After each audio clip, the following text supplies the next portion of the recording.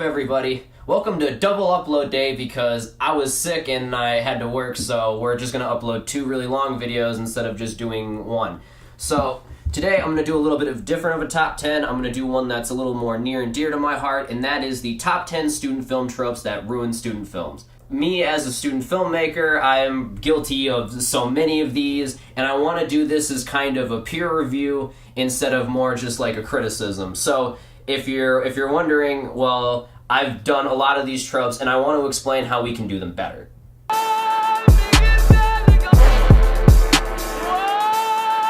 Alright, so coming in at number 10 on the list, I think is probably the most overused trope in pretty much all of student films, and that is firearms! Alright, so guns as a plot device isn't really necessarily a bad thing, but it's just so overused at this point where it's basically just comes across as uninspired. Guns don't look real, they have obvious orange tips on them, the muzzle flashes are super bad, they don't have the right weight, and for the most part, it's just like it never has the right kickbacks or right motions. You can fix this if you go online and you buy prop guns, but if you're basically just using the Nerf guns you had in like 2006, it's not going to come across as genuine and honestly really takes the piss out of all your dramatic scenes.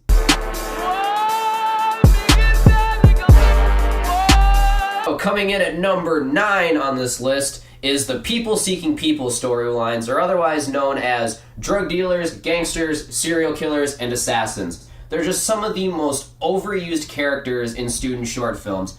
And for the most part, there's no redeemable qualities to a lot of these characters simply because these characters themselves don't have any other personalities besides dealing drugs or shooting people or killing people or anything like that. So the audience will never get a huge connection with them. At this point in cinema, and especially student cinema, we just really don't care about the characters simply because they've been so overdone to the point where it's like, why do I care that this drug dealer is selling drugs? Why do I care that this assassin is killing this person? Why do I care that this serial killer is stalking someone that I have obviously no connection to? It's just overused and overdone, and I think the most offensive part of this entire subgenre of student films is basically that there's obvious miscasting to it. I am a huge perpetrator of this cliche/trope. I have used miscastings in so many of my films about serial killers, gangsters, drug dealers, and hitmen. I had a 14-year-old play a 35-year-old in one of my films. It looked super bad. There's no freshman who can play a Jason Statham type character. It doesn't work. I would just recommend to maybe find a way to make these characters work with their ages. You just, or avoid these storylines in general. Alright, so coming in at number 8 on this list is something that really only pertains mostly to college student films, and that's because only college kids can really get away with this. Sex scenes or gratuitous scenes of sexual nature, it just doesn't work, man. For the most part, most people have not had enough sexual experiences to really pull off a scene that comes across as genuine and real. It mostly comes across as this is a sex scene written by someone who is obviously a virgin. When it comes to sex scenes, for the most part, it's not realistically acted, and for the most part, it looks like this.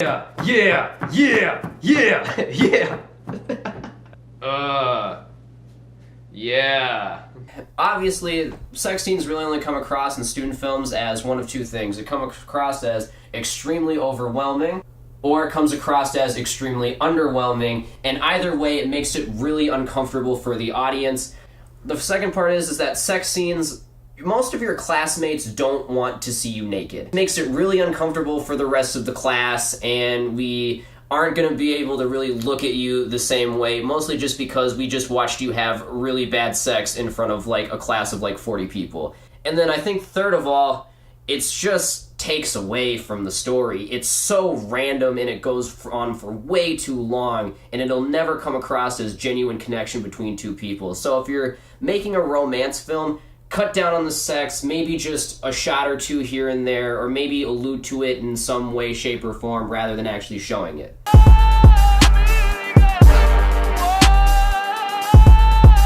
So coming in at number 7 on this list is basically, I would call it the most important trope on this list, and that's try to avoid tragedies as much as physically possible. Tragedies in student films will never come across as genuine, and they almost always come across as either disrespectful or corny. The reason being is simply you do not have actors or people who are experienced enough with these traumatic events to the point where it would come across as real acting. In fact, it comes more across like this. Oh, I fucking love cocaine. Oh, cocaine's like the best thing since sex. No!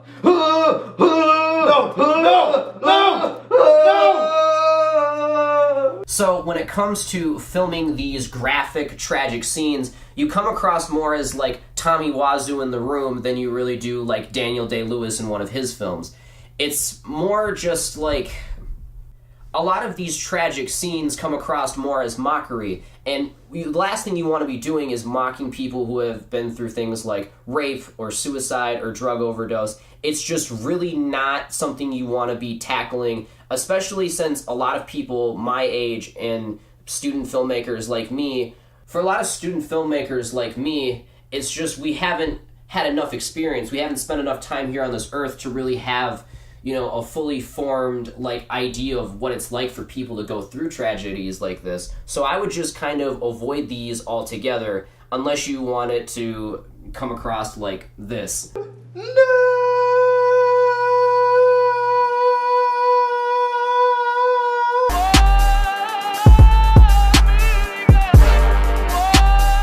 Number 6 on this list is the mockumentary. And when it comes to filming a mockumentary, student films almost always do them poorly. And for the biggest reason I can think of is that student filmmakers almost always never care about the visuals or the editing when it comes to shooting a mockumentary, because in a mockumentary you can get away with it. So whether it's you just don't care about the visuals or you don't care about the editing, or if it's just like there's no reason for you to be tying a documentary to this style of a story, or if you're just not adding enough of the documentary filmmaking process to your actual mockumentary, I would just try to figure out what's the best way that I can film this without going over budget.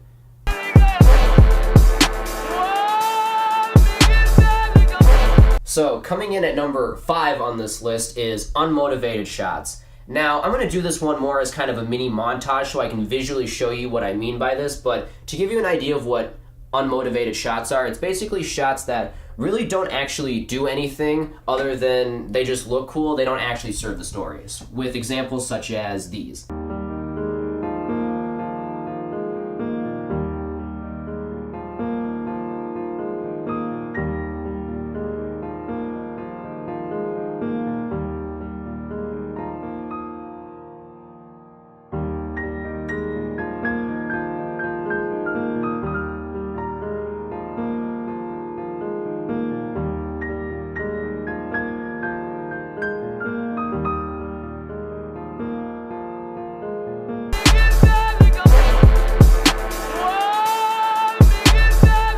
So coming in at number 4 on this list is random shots in black and white.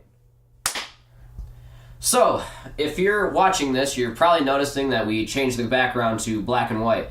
And basically what I want to make the point about is that black and white can be done with purpose. I've done films where we were shooting black and white simply for the fact that we were shooting something like Buster Keaton, so we had to make it look old. Or I've shot a 30-minute short film, which was my last short film, where basically we were making it look like it was a nightmarish fever dream. Black and white for the sake of shooting black and white just doesn't come across as genuine. There's no reason for you to be shooting black and white if the whole purpose is it looks cool.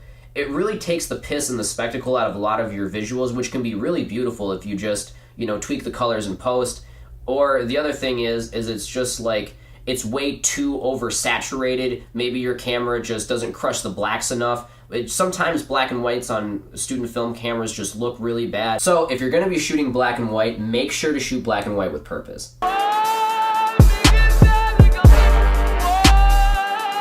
Okay, so coming in at number 3 on this list are meta student films.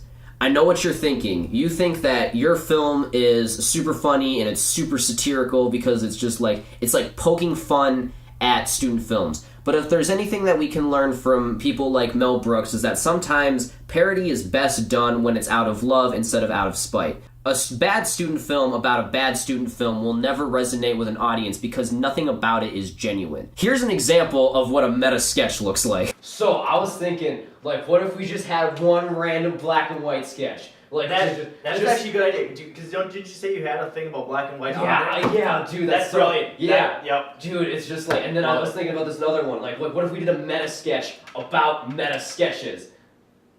Dude, it's like metaception. You just blew my mind right now. I honestly, dude, it's like then we can just point out about how like continuity like doesn't matter, you know what I mean? And things just like you can just make it up as you go. Like, what's this fork doing here? Oh, we're random. We are so random. We're so random. Oh man! Oh, get it? It's like a gun sketch from earlier.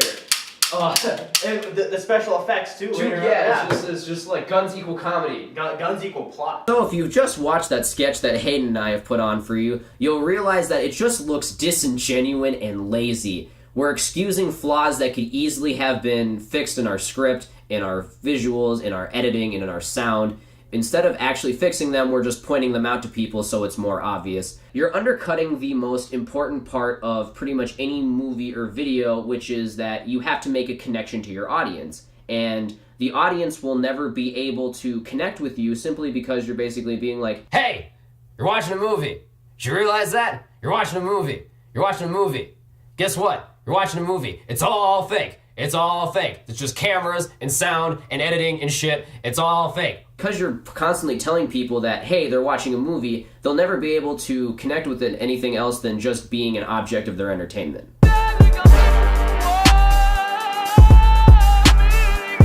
Okay, so coming in at number 2 on this list is a trope that really hits home for me and is the one that's most near and dear to my heart on this list because I actually made a film based around this trope and it got into a festival. At number 2, we have films where you are the metaphor. It's basically films where it's either like an artist or a sculptor, or in my case, it's some dude who makes collages. You know, there's this artist and he's really cool and he's really great at making art, but no one understands his art and therefore, you know, everyone should just think that his art is great because he's super cool, which is a metaphor for me.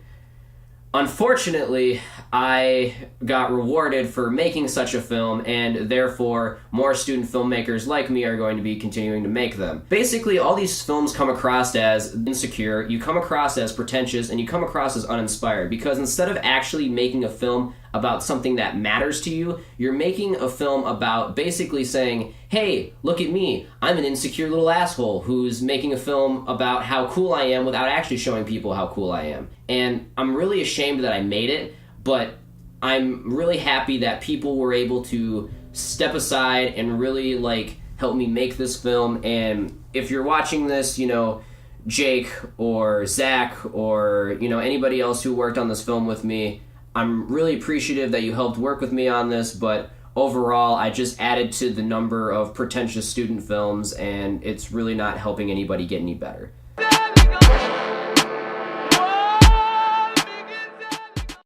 Alright, so for our last one on this list, since the last one was a little bit more personal and comes across as more sad, I want to end this video with a happier one. So, here's a sketch about stock sounds.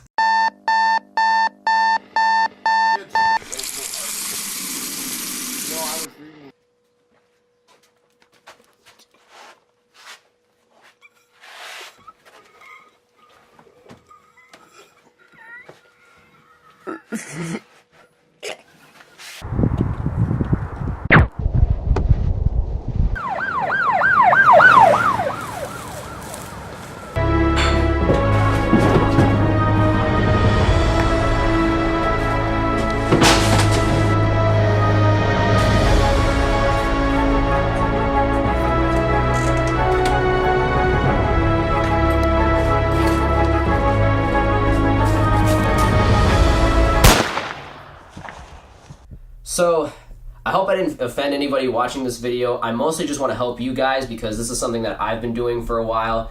For the longest time, I chose cheap thrills over actual storytelling and connecting to an audience because, you know, you just upload it, you get your 100 views, you feel really proud about yourself, but then, you know, in the long run, what do you really get out of it? So what I wanted to make this list for was for people like me who really kind of need that wake-up call, and I just really want everybody to be able to make films that are important to themselves and are important to other people, because that's really what film is all about.